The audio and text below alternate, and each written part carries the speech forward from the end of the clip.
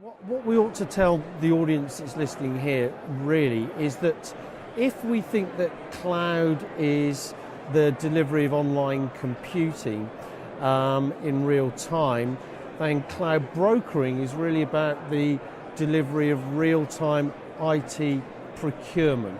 This is really the way to think about cloud brokering. Users want to make rational decisions about where to put applications and workloads based upon SLA or policy or workload characteristic. And the options are growing exponentially as cloud and outsourcing and managed services and hosting converge. And we think that best execution venue strategies, and a cloud broker is a tool for that, allows organizations to indeed select the most appropriate venue or the right service to meet their needs. The reality is that some workloads and applications are going to be suitable for running and processing in, say, a public cloud, others in a more trusted environment, and others perhaps in an on-premise dedicated environment. So really, cloud brokering is one of the tools that is enabling organizations to support best execution venue strategies.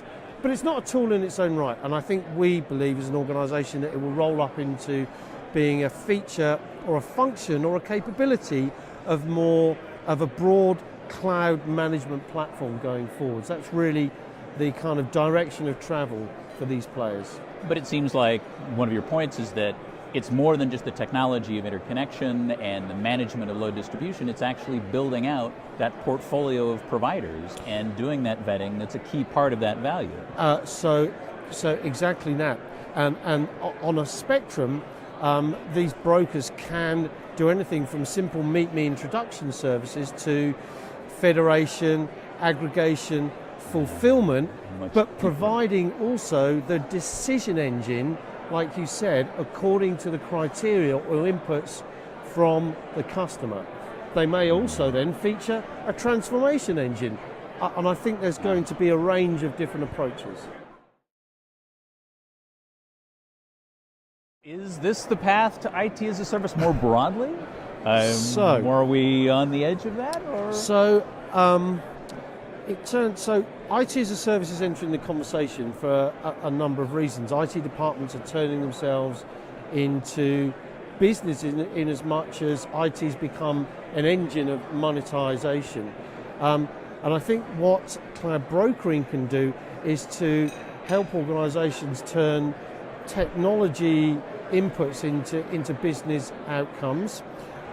It can help them sift through and sort through what may be a great long list of potential suppliers and have a third party vet it on their behalf rather than them having to do all of the work.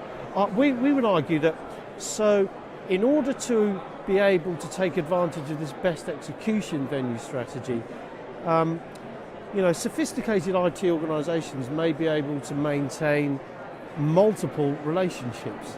But of course, even those with sophisticated contract negotiation expertise are probably going to struggle when it comes to the cloud and the range of mechanisms available, services, sets integration, of providers, exactly.